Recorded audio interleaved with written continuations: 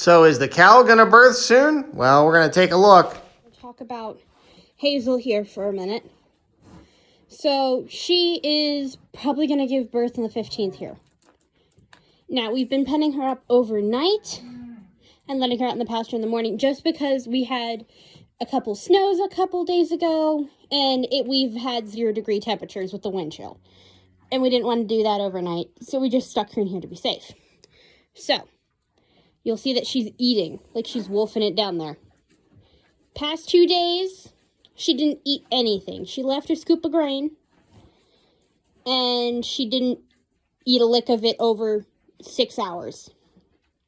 Odd for her because she always finishes off scoop of grain. This is where it's important to know how your cow eats or how quick. So I'm just going to go ahead and talk about the physical changes that I'm seeing here, particularly on her hind end. People who get sensitive, this is your time to back away now. Why even looking at a video that has cows in it? So I'm going to go ahead first talk about her udder. So here, she is just about milk. Now, her milk, she has a good udder. And she is hot, she is swollen. She's covered in lots of fur, so it doesn't seem like it, but she has got milk.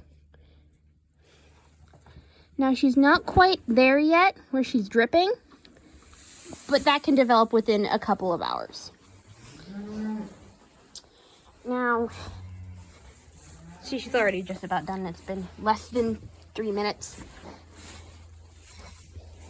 Okay, hi. So I'm on her right side. I'm just going to go ahead and point it out. So you see the outline. So this is where, this spot where I have my hand, that's where her last floating vertebrae is. And then we get into this part of her body. This is where we begin to get into the lower vertebrae of her spine. And you'll see that we have a really big, deep dip. That spot there, that is a really big, deep. So that means that the baby's moving. Baby's actually moving right now. It's wiggling a bit. So the baby has moved out of this portion of the body and it's moving towards the back end to the birth canal. She has a pronounced bump here.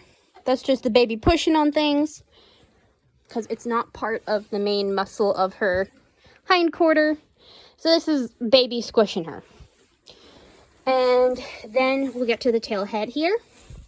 So she looks a little bit like, these are what's called dropping the pins. She dropped her pins like a week ago.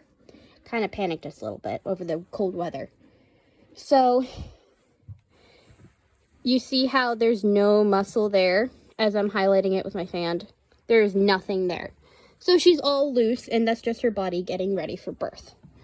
And one of the more important things that you can notice, other than the physical contractions in active labor, we see mucus. Now this mucus is a little bit different in color. Usually I'd say it would be a yellow, like a bright yellow or a bright brown.